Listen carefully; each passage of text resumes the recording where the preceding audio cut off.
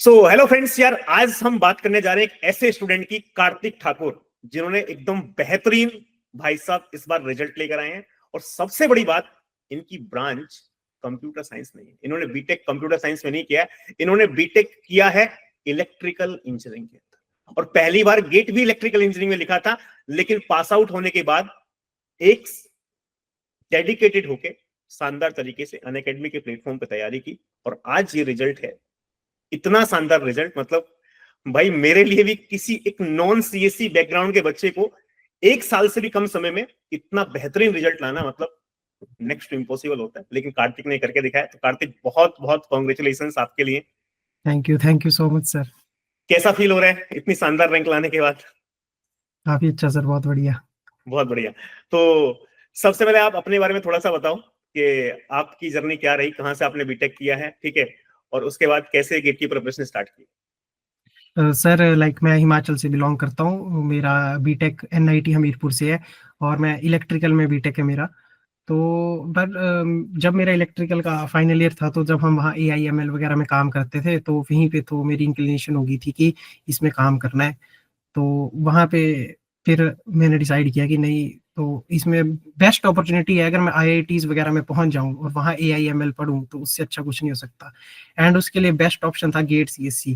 तो डाउट्स थे कि शिफ्ट करके 6-7 महीने की प्रिपरेशन में हो पाएगा नहीं हो पाएगा, बट सर लग गए, डेडिकेटेडली मेहनत की और हो गया। तो यार आपने मतलब कब से स्टार्ट किया प्रिपरेशन अपनी? मई से? हाँ जी सर, मई से। मई से स्टार्ट किया, सिलेबस तो कंप्लीट कर लिया था? सर सिलेबस हो गया था मेरा मिड नवंबर तक कंप्लीट। मिड नवंबर तक? यार मई से नवंबर तक मतलब आपने बहुत अच्छे तरीके से पढ़ाई की। कितने घंटे पढ़ते थे डेली? सर 8 के आसपास तो हो ही जाता था, 8-9। 8-9 घंटे? और बीच में कभी गैप आया कि 10-15 दिन का, कभी यार ये मन नहीं कर रहा है पढ़ने का, या फिर कंटिन्यूसली लगे रहे? नहीं सर, गैप आता था सर, तो मैक्स टू मैक्स 1 दिन 1.5 दिन, उससे ज्यादा नहीं आया, क्योंकि पता था कि इतना टाइम है ही नहीं कि इतना टाइम ले गैप ले सके, कुछ ले सके। अरे बहुत शानदार। तो यार अपने आप को, मतलब ये एक बहुत बड़ी बात है कि मतलब 6 महीने लगातार 8 घंटे 10 घंटे, तो कैसे अपने आप को मोटिवेट रखते थे कि नहीं मुझे पढ़ना ही है? मतलब कभी कभी आलस करता है, नहीं यार आज ठीक है छोड़ देते हैं, 2-3 दिन बाद कहीं घूमने चले जाते हैं, फ्रस्ट्रेट हो गए, तो वो वही कैसे मोटिवेट रखा अपने आप को? सर, वो होता था, आप सर, एक्चुअली मैं क्या था, रिकॉर्डेड लेक्चर फॉलो करता था, क्योंकि मैं लेट हो गया था थोड़ा, कुछ हाँ। सब्जेक्ट्स की मैं रिकॉर्डिंग पढ़ता था। तो रिकॉर्डिंग में ऐसा होता था कि पहले तो रिकॉर्डिंग्स ही ऐसे होते थे कि लग रहा लाइव ही पढ़ रहे हैं। जैसे अब सर आपको पता है कंप्यूटर नेटवर्क कितना बड़ा सब्जेक्ट है, तो उससे स्टार्ट मैंने उसमें किया था रिकॉर्डिंग में, पर लगता ही नहीं था। फिर सर बीच में लगता था कि यार पता नहीं हो पाएगा कि नहीं, मैं क्या कर रहा हूँ, अभी अभी शुरू किया है, लड़के कुछ 1-1 साल से लगे हुए हैं। तो फिर मन नहीं करता था, फिर सोचता था छोड़ दूं, पर फिर वही था कि ऑप्शन नहीं है अब तो जब डिसाइड कर ही लिया है एक, तो अगर अपने डिसीजन पे भी नहीं टिके रह सकते, तो फिर आगे लाइफ में क्या करोगे। यार ये बहुत शानदार बात आपने बोली कि अपने डिसीजन, जो डिसीजन लिया है आपने सोच समझ के लिया होगा, और उसी पे नहीं यस सर। टिके हो तो फिर तो मतलब ही नहीं है कोई। तो यस डिसीजन सर। पे टिकना मतलब, तो जैसे कि इलेक्ट्रिकल से आप है और एकदम कंप्यूटर नेटवर्क आपने पढ़ा, तो मतलब ऐसा नहीं लगा आपको कि यार कंप्यूटर नेटवर्क तो थोड़ा हुआ बना हुआ है, मार्केट में बहुत डिफिकल्ट है, ऐसा है वैसा है, तो आपको कैसा लगा मतलब? सर, जब स्टार्ट मैंने थोड़े इजी सब्जेक्ट से किया था, तो फिर जब थोड़ा मेरा फ्लो बन गया था, उसके बाद मैंने कंप्यूटर नेटवर्क पकड़ा। तो पहले तो मैंने यही सुना था सबसे कि भाई इसको एंड एंड में करना, टफ सब्जेक्ट है और जितना होता है उतना करके चले जाना। पर फिर पर ऐसा था कि मैं था कि अब नहीं भाई, छोड़ के तो कुछ नहीं जाना है, करके जाएंगे। तो फिर करा करा पूरी मेहनत करी, सब किया, मतलब पूरा उसको खत्म किया। और पर मेरे को ना सर एक ही वो रहा कि बताऊं मैं आपको, मेरा एग्जाम था ना, एग्जाम मेरा एग्जाम में ना मेरे को फ्रेगमेंटेशन का क्वेश्चन था सेट 2 में। और मेरे को इतना कॉन्फिडेंस था कि मेरा आज तक जो भी टेस्ट दिए, कुछ भी दिए, कि भाई मैं तो निकाल ही दूंगा। और मैं उसमें कैलकुलेशन एरर कराया और वो गलत करा, और मेरे को इतना दुख हुआ ना, मेरे को और किसी चीज का दुख नहीं था, खुशी खुशी थी, पर मेरे को एक लगा कि भाई जो चीज सबसे अच्छी आती थी उसमें गलत कराया। नहीं, कभी कभी हो जाता है ऐसा कि जिसमें गड़बड़ हो जाती है, लेकिन फिर भी बहुत शानदार मतलब रहा यार। तो कंप्यूटर नेटवर्क में वैसे तो आपको कोई दिक्कत नहीं आई, मतलब किसी भी टॉपिक में सबको समझ में आया सारी चीजें? हाँ सर, सभी सब्जेक्ट्स में बेस्ट रहा मेरा, पूरी डेडिकेटेडली जैसे जैसे बोलते थे सारे टीचर्स, मैं फॉलो करता रहता था। मैंने बुक्स वगैरह कोई फॉलो नहीं की, प्रैक्टिस की बस। प्रैक्टिस की? हाँ जी। तो मतलब जैसे कि आपने स्विच किया इलेक्ट्रिकल से कंप्यूटर साइंस, तो जैसे कि 4 साल तो इलेक्ट्रिकल इंजीनियरिंग पढ़ा है, उसमें कुछ हाँ कुछ जी। चीजें पढ़ी हैं, बिल्कुल ये तो बिल्कुल नया था, मतलब तो एकदम से हाँ चीजें नई नई सीखने में मजा आता था कि कभी कभी यार बोरिंग लग हो जाता था। नहीं सर, लाइक आपको पता है वही इलेक्ट्रिक में पावर सिस्टम, ट्रांसफार्मर ये सब पढ़ते थे। फिर हाँ जब यहाँ से शिफ्ट किया operating system, COA, computer network, तो मजा इसलिए आता था क्योंकि सर जब ना हम कंप्यूटर साइंस की चीजें पढ़ते हैं तो मतलब हमारे सामने ही हो रही होती है, तो हम रिलेट एकदम कर लेते हैं, बहुत हाँ जल्दी रिलेट कर लेते हैं। तो फिर वो इंटरेस्ट आता है, मजा आता है। इंटरनेट के बारे में पढ़ने में हम रिलेट कर लेते हैं कि अच्छा चलो ऐसे है, तो फिर वो मजा आता है और फिर फ्लो बना रहता है। नहीं बिल्कुल, एक एक बच्चा मुझे यही मेरी बात डिस्कशन हो रहा था, उसने बोला कि सर जैसे कि एक टॉपिक है, अब सर उसी को हम 4 साल से पढ़ रहे हैं, फिर 5वें साल भी उसी को पढ़ रहे हैं, तो सर मतलब कुछ अलग कुछ नया नहीं आता है, जब तक कुछ नया नहीं आता तो हम बोर हो जाते हैं। तो सर उसने बोला कि वो भी दूसरी ब्रांच का था, वो इसी का था, बोले जब मैं सीएस पढ़ रहा हूँ तो मुझे सब कुछ नया नया लग रहा है, मुझे नया कुछ सीखने के लिए मिल रहा है, मतलब मजा आ रहा है यार, यार कल को हाँ, ये ये तो फीलिंग आती है यार, मजा आ रहा है, चलो इसको और पढ़ते हैं और पढ़ते हैं, तो एक एक्स्ट्रा लेक्चर लगा लेते हैं आज।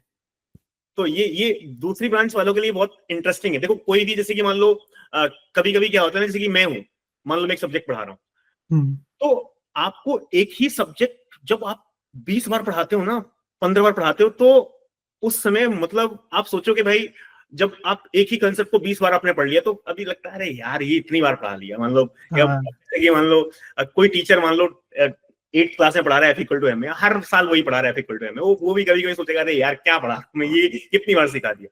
लेकिन कुछ जब वो नया सिखाता है ना, तो उसको भी मजा आता है, हाँ, वो तो है सर। उसको मजा आता है यार। तो इसलिए टीचर्स क्या है, हमेशा कंटेंट अपना अपडेट करते हैं कि यार ठीक है इस बार कुछ अपडेट करके पढ़ाना है, हमको भी मजा आना चाहिए।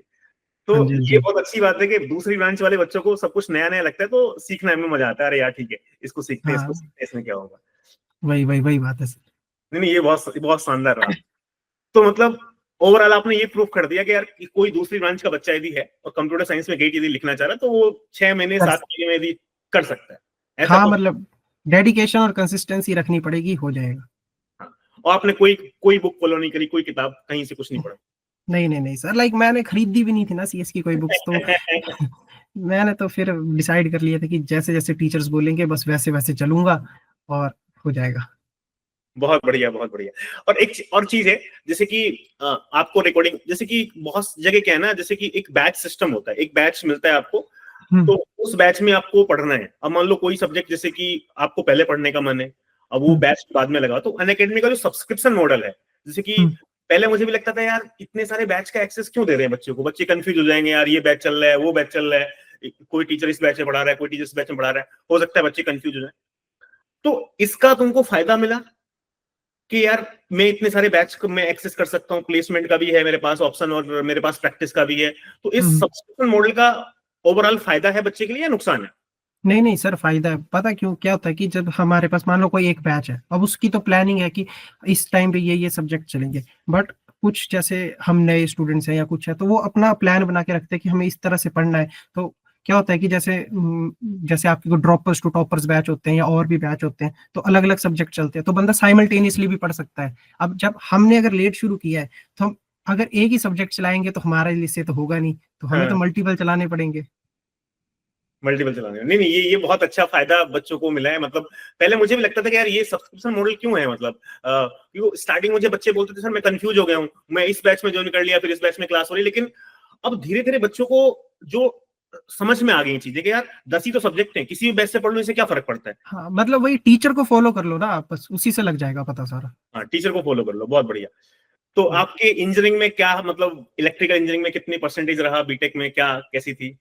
सर मेरा 9.2 सीजीपीए से खत्म किया था मैंने। 9.2 सीजी, अरे बेहतरीन, तो यार आप तो मतलब स्टार्टिंग से टॉपर हो हैं। अरे बस सर। तो पूरा आप लाइव पढ़ते थे या रिकॉर्डेड पढ़ते थे? सर मतलब क्या हुआ कि जैसे लेट था ना, तो मैंने रिकॉर्डिंग पढ़ी थी, और जब आगे प्रैक्टिस बैचेस आ गए या जो एंड में सब्जेक्ट पढ़े मैंने, तो वो मैं लाइव पे भी आया था। ओके ओके, और मिड नवंबर तक आपने सिलेबस कंप्लीट कर लिया था? हाँ जी सर। तो पीवाई क्यू कितनी बार सॉल्व किए? सर एक ही बार सॉल्व किए थे, लाइक मतलब कि मैं जैसे कुछ टॉपिक करता था तो साथ साथ में कर लेता था, तो ऐसे करके तो कोई जो मतलब ऐसा होता था कि अगर मुझे कोई टफ लगता था या कुछ ऐसा लगता था कि ये थोड़ा डिफरेंट कंसेप्ट है, तो उसको मार्क करके रख लिया, तो फिर उसको बाद में दोबारा एक बार देख लिया। Okay okay. और जैसे कि बच्चे क्या है ना, पढ़ तो लेते हैं, नोट्स बना लिया, सब कुछ कर लिया, लेकिन बहुत सारे बच्चों की दिक्कत होती है कि रिवीजन नहीं कर पाते हैं वो। तो रिवीजन आपने कितनी बार किया था, और रिवीजन करना कितना जरूरी है बच्चों के लिए? सर रिवीजन बहुत ज़रूरी है, क्योंकि अगर आपको चीज़ें एग्जाम में याद ही नहीं आएंगी तो फिर क्वेश्चन कैसे सॉल्व होगा, या कॉन्सेप्ट याद ही नहीं आएगा तो फिर तो, और रिवीजन उसके लिए बड़ी ज़रूरी है। तो मेरी मतलब कुछ सब्जेक्ट्स थे जो मैंने 2 बार रिवाइज कर लिए थे, और कुछ सब्जेक्ट्स की मेरी एक ही बार हुई थी रिवीजन। बट ऐसा था कि मैंने अपने जब पढ़ता था तो नोट्स के साथ शॉर्ट नोट्स भी बनाता था, तो उसमें मेरे को ये होता था कि अगर मेरे को ज़्यादा रिवीजन का टाइम नहीं लगेगा तो फिर मैं सिर्फ अगर ये 2-3 पेज देख के जाऊंगा तो मेरे माइंड में मेन मेन चीज़ें रहेंगी। अगर कोई न्यूमेरिकल आ रहा है तो उस पर क्या फॉर्मूला लगाना है, तो वो मैं लिख लेता था।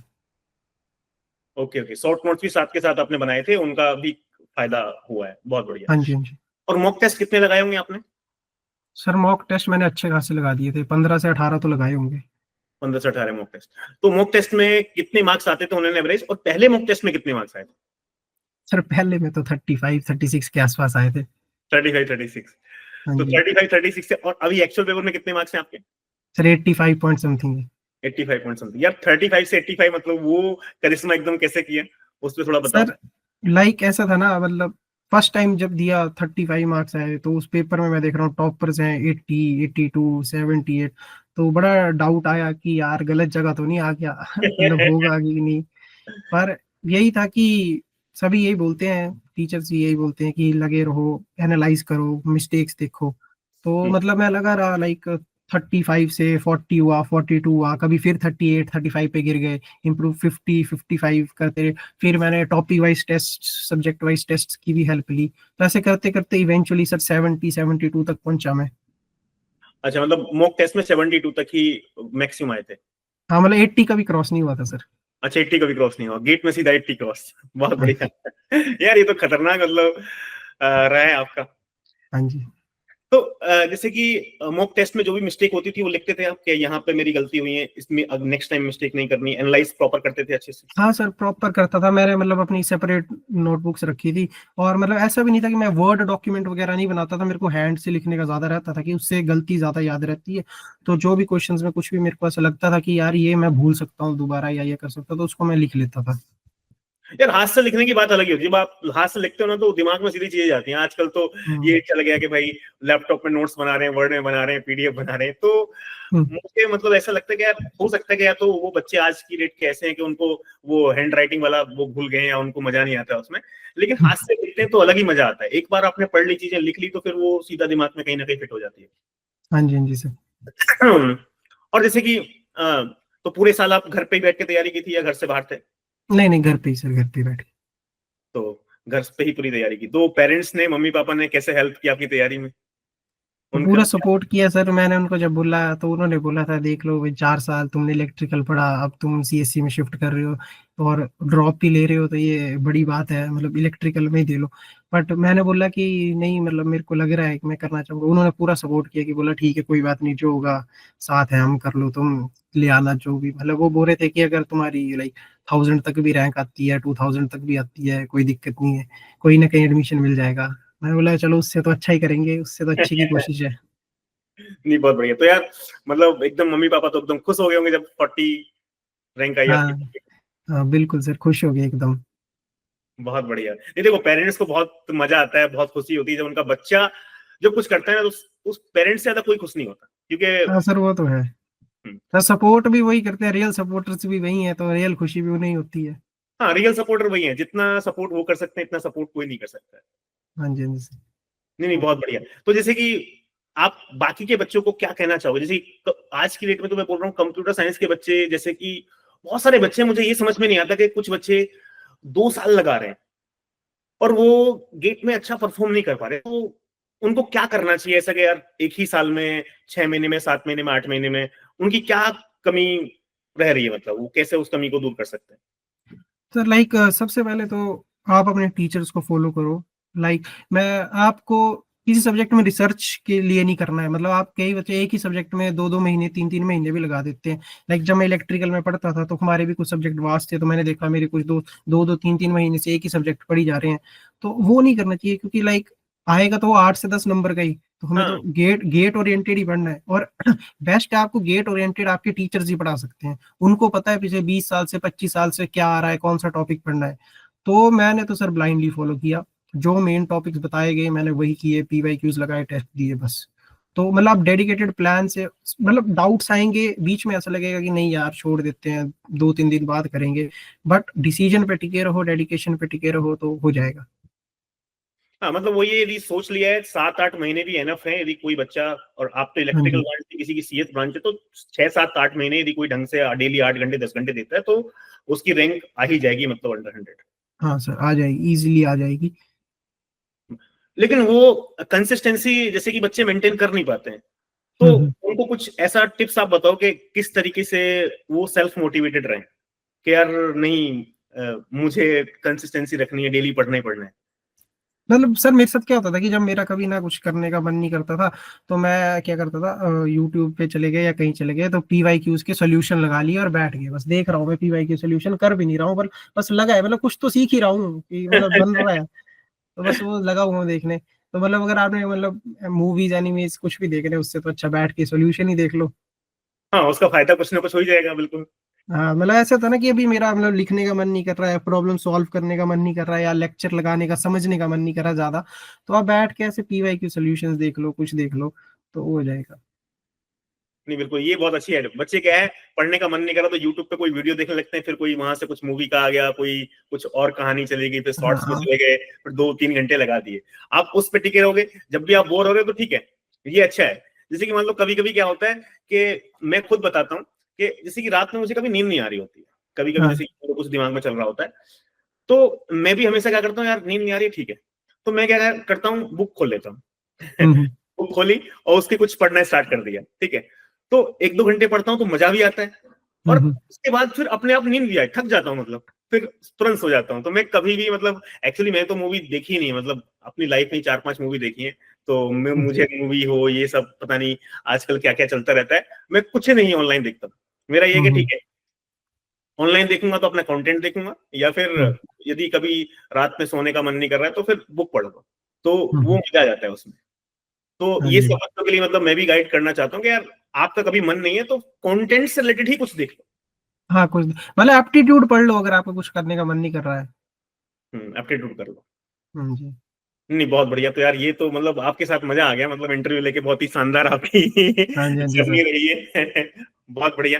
तो कभी एक ऐसा एक पॉडकास्ट करेंगे, मतलब ये इंटरव्यू तो शॉर्ट रखा गया है, कि जी मतलब जी, एक पॉडकास्ट करेंगे जिसमें कि थोड़ा बच्चों को गाइड करेंगे बहुत अच्छे तरीके से, तो बिल्कुल बिल्कुल सर। एक पॉडकास्ट करेंगे तुम्हारे साथ, मतलब मैं खुद भी मोटिवेट हो गया हूँ यार।